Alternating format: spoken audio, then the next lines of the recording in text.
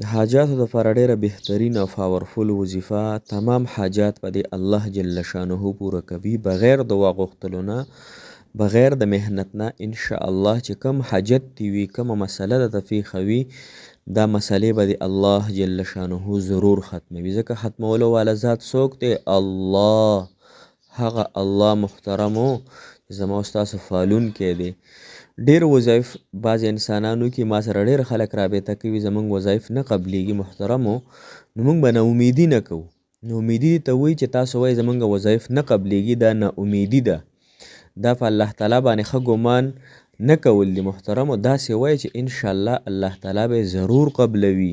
په الله تعالی ښه ګمان ساتو. نو چې موږ په خپله وایي چې نه قبلیږي، نو بیا الله تعالی فرمایي چې انسان په خپله وایي چې نه قبلیږي، نو بیا به دله زه څه قبوله کړم. لهذا موږ به وایو چې انشاءالله الله تعالی به قبلوي. ما کې فرق دی، زما وظیفه کې په صحیح طریقې سره وظیفه نه کوم، یا د ګناهونو د وجې نه زما حاجات نه پوره کېږي. لهذا دا وظیفه انشاءالله وکئ تاسو، الله جل شانه به ستاسو حاجات پوره کړي او ستاسو تمامې پریشانۍ به الله جل شانه خود به خوده ختمې کړي.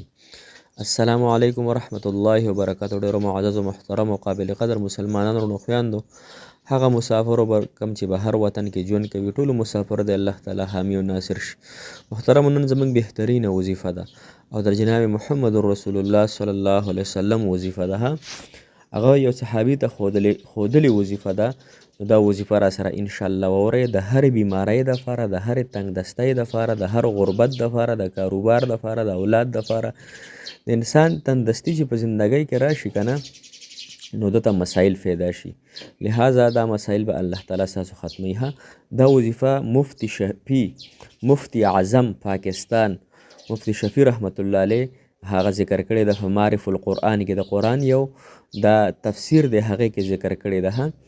او وظیفه دا د محترم حضرت ابو هریره رضی الله تعالی عنه فرمایي چې یو پیر رسول الله صلی الله علیه وسلم سره زه روان وم بهر، او نبی پاک صلی الله علیه وسلم زما لاسونه مبارک په خپل لاسونو کې ونیول، یعنی خپل لاس زما په لاس کې نیولی و. او نبی پاک صلی الله علیه وسلم په داسې یو انسان باندې ګذران وشو چې هغه ډېر پریشان حاله و، ډېر پریشان حاله، یعنی یو صحابي و ډېر زیات پریشان حاله. نبی پاک صلی الله علیه وسلم ته تپوس وکړو چې څنګه حال دی؟ هغې کس ورته وویل چې یا رسول الله بیماریانو ګیر کړی ما، غریبۍ تنګدستۍ ګیر کړی ما، پریشانیانې دي، دا حال مې دی. نو رسول الله مبارک ورته وفرمیل چې زه تا ته یو څو کلمې ښیم، یعنی یو وظیفه راته ښیم چې دا ته ویې نو ستا ټولې بیماریانې به هم ختمې شي، ستاسو ټولې پریشانۍ به ختمې شي، ستا حاجات په الله تعالی پوره کړي. نو مسلمانانو دا وظیفه یې ورته وښودله، وظیفه راته ښیم. څو ورځې پس هغه صحابي چې کله رالی، ډېر ښکلي حال کې و، ډېر خوش طبیعت او د خوشحالۍ اظهار یې وکړو. نو نبي پاک صلی الله علیه وسلم ته عرض وکړو یا رسول الله دا دغه کلمات چې تاسو ښودلي پابندۍ سره یې زه یم، الله تعالی زما مسایل ختم کړو. نو محترمانو وروڼو، یو خو تاسو شکریه ادا کوئ، ګوره ناشکري مه کوئ. هجې وظیفې زموږ نه قبلیږي، داسې وایي الحمدلله په دې وخت الله تعالی ډېر ښکلی حال دی، ښکلی زندګي تېرېږي، کاروبار ښه دی، هر څه ښه دي. چې ته موږ شکر وباسو، الله تعالی فرمایي لئن شکرتم لازیدنکم، که شکر وباسئ زیات به درله کړم، وان کفرتم ان عذابي لشدید. چې الله تعالی فرمایي که ناشکري مو کړه عذاب الله درکړم.